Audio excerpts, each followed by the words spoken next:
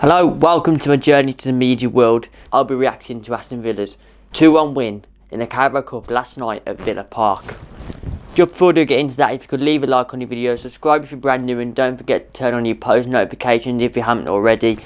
But without further ado, let's talk about a night at Villa Park which could be classed as a rivalry. So, Aston Villa played Wolverhampton Wanderers at Villa Park last night in the fourth round of the Carabao Cup.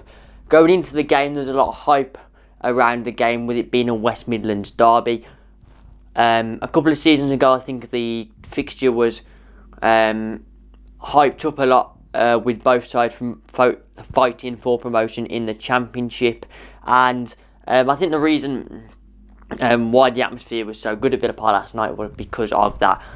Obviously, both sides are in the Premier League right now, and are doing quite reasonably well in the Premier League. They'll be wanting to, Villa will be wanting to beat Wolves in the league come November the 10th. Hopefully we can do that, claim our status within the West Midlands. But going into the game, I thought Villa were very dominant, especially in the first half. Well, throughout the whole of the game, should we say. Villa started off very well. Two teams at Villa and Wolves put out Villa Park. Their second team, they made 9 changes. Keenan Davis started, although he did come off. And Wolves played John Ruddy in goal. I think some Neto. I think they made 11 changes, if I'm correct, or 10 changes. I'm not sure. But they played a very young side, and you could tell that when playing, they lacked that final ball in the fight. They lacked that composure in the final third, should we say. But Villa were dominant. They had multiple chances in the opening half an hour. They're controlling the midfield, and I always say if you control the midfield, then you're going to win the game. I remember a few seasons back when we played Wolves in league and championship, we controlled the midfield then, and we won the game comfortably. So we controlled the midfield through Douglas Luiz, standout performer for me last night. Douglas Luiz obviously played against Man City, played reasonably well against Man City. Played against Wolves in the Carabao Cup last night and was very, very good.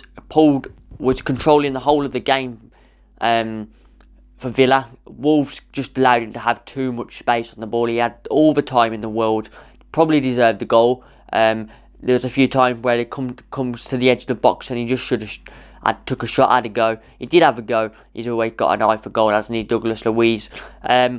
But it was Anwar El Ghazi who opened the scoring inside 29 minutes. A lovely work goal. Henry Lansbury, who another one who'd been knocking on the door.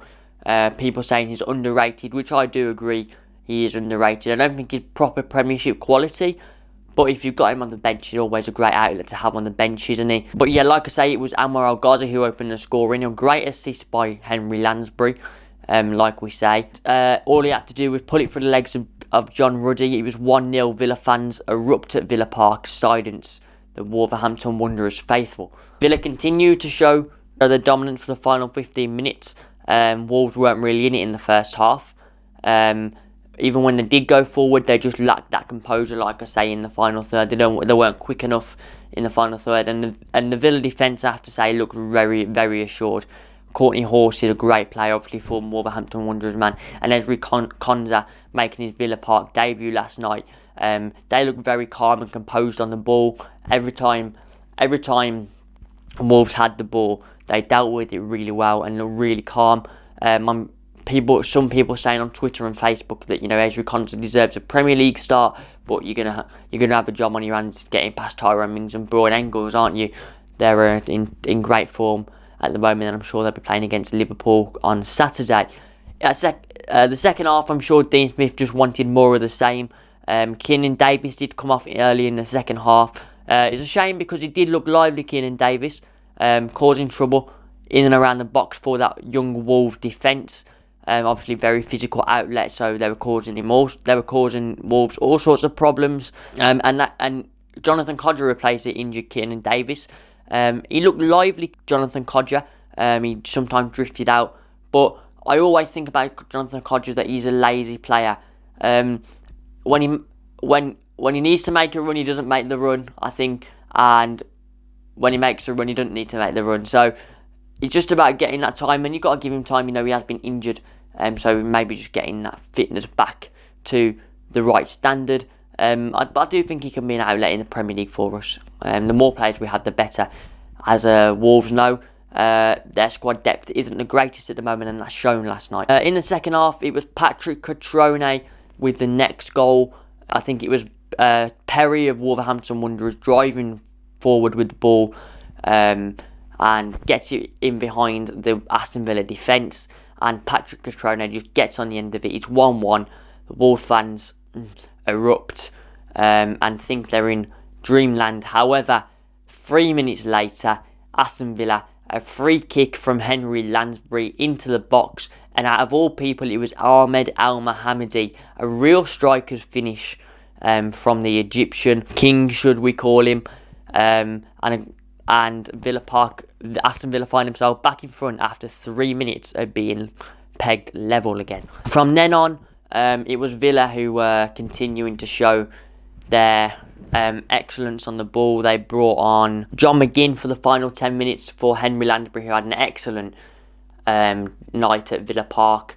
He should have scored a header. Henry Lansbury had a great headed chance, and he just missed it wide just before he came off. Could have made it 3-1, and Villa had chances to make it 3-4-1. When we were 1-0 up, you got the feeling that this was going to be our chance then. We couldn't really tear them apart. That never obviously happened really, but we did have chances. John McGinn came on, he looked lively. He had one chance that just flew over the bar. And all round, a good night at Villa Park into the quarter-finals of the Carabao Cup. Villa will next play Liverpool. Fingers crossed. That fixture is in doubt at the moment due to Liverpool playing in the UEFA World Cup or something. There was talks of Jurgen Klopp actually forfeiting the match if it doesn't work for them and their fixture schedule. I mean, as a Villa fan, I'll happily take that and a free ride into the semi-finals, but we'll see what happens. All round, we've got the bragging rights in the West Midlands for now. Obviously, we've got to see what happens in the league in 10 days' time. Hopefully, we can get a win. If we do them in the league as well, it'd be dreamland for me and a lot of other Villa fans. Up next for Villa is Liverpool in the Premier League on Saturday. Will be a tough fixture, but we'll see how it goes. Till next time, goodbye, up to Villa. If you enjoyed that video, why not watch another? Click here to watch them in full. Also, subscribe if you're new, so you can follow my journey into the media.